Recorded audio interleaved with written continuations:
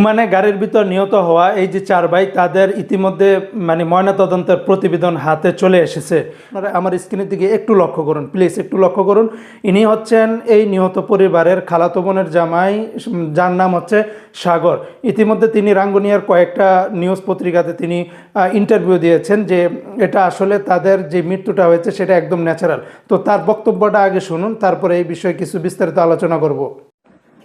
ঘটনাটা একটু আগে রিপোর্ট পাইছি, পোস্টম্যানের করছে, পোস্টম্যানের রিপোর্ট দিচ্ছে, রিপোর্টে বলতেছে যে রেস্টের জন্য ওরা ওই গাড়ির এসি চালু করে দিয়ে গাড়ির ভিতরে বসা ছিল। তারপরে এরপরে এখন ওরা সবাই ঘুমিয়ে গেছে। এখন গ্যাসের এসির হাওয়ার জমে গ্যাসের কারণে সবাই কি অনেকে মারা গেছে। মানে এসির গ্যাসের হাওয়ার কারণে মারা গেছে যে?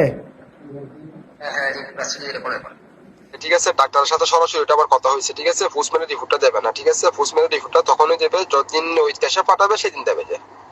ঠিক আছে, পোস্টম্যানের রিপোর্টটা দেবে না, দেওয়া যাবে না, কারণ এটা গুজব ছড়ানোর কিছু নাই। ঠিক আছে, যেটা আমরা বলছি যে আমরা সবকিছু ঠিকঠাক করে এই মাত্র বের হয়ে বাসার দিকে যাচ্ছি। ঠিক আছে, তো যারা ওমান প্রবাসীরা আছেন আপনারা তার বক্তব্যটি শুনলেন। এখানে তিনি স্পষ্ট আকারে এবং জোর দিয়ে মানে বলতেছেন যে ওমানের প্রশাসনের পক্ষ থেকে যে প্রতিবেদন দেওয়া হয়েছে সেখানে বলা হয়েছে যে তারা গাড়ির ভিতর যখন রেস্ট করতেছিল বা একটু মানে রেস্টের জন্য ছিল, সেই জায়গাতে সেই গাড়ির এসির থেকে একটা গ্যাস লিকেজ হয়ে মূলত সেখান থেকে বিষক্রিয়া হয়েই মূলত এই ঘটনাটি ঘটেছে।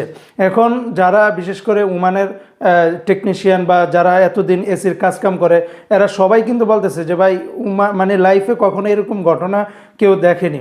এটা আসলে আমরাও দেখিনি, আমরাও সারা জীবন মানে যেইভাবে এসির ভিতরে থেকেছি বা রয়েছি কখনো এরকম কোনো ঘটনাগুলি দেখিনি।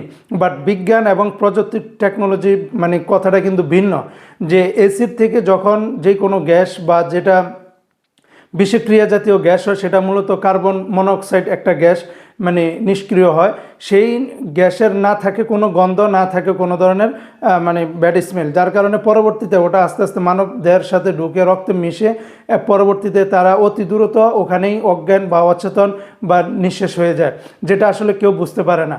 এই কারণেই হয়তো আমরা অনেকে মানে সন্দেহ করতেছি যে গাড়ির গ্লাস খুলে দিলে তো গ্যাসটা চলে যেত, দরজাটা খুলতে পারতো। হয়তো বা এমন হয়েছে যে তারা সেখান থেকে আর মানে হয়তো রেস্টের ভিতরেই তারা চলে গিয়েছে। তো যাই হোক, সব কিছু আসলে উপরওয়ালা তখন দেখেছেন, উপরওয়ালাই ভালো জানেন।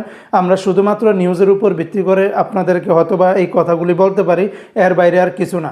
তারপরও আমরা সকল ওমান প্রবাসী ভাই অবশ্যই ওমানের নিয়মকানুনের উপর আস্থা রাখে তাদের জন্য দোয়া করব, তাদের ফ্যামিলির জন্য দোয়া করব। আল্লাহ পাক যেন সেই মাকে ধৈর্য ধারণ করার তৌফিক দান করেন এবং এই ভাইদেরকে অন্তত আল্লাহ পাক তাদেরকে উচ্চ মাকাম এবং বেহেশতের উচ্চ মাকাম দান করেন, এটি আমরা কামনা করি।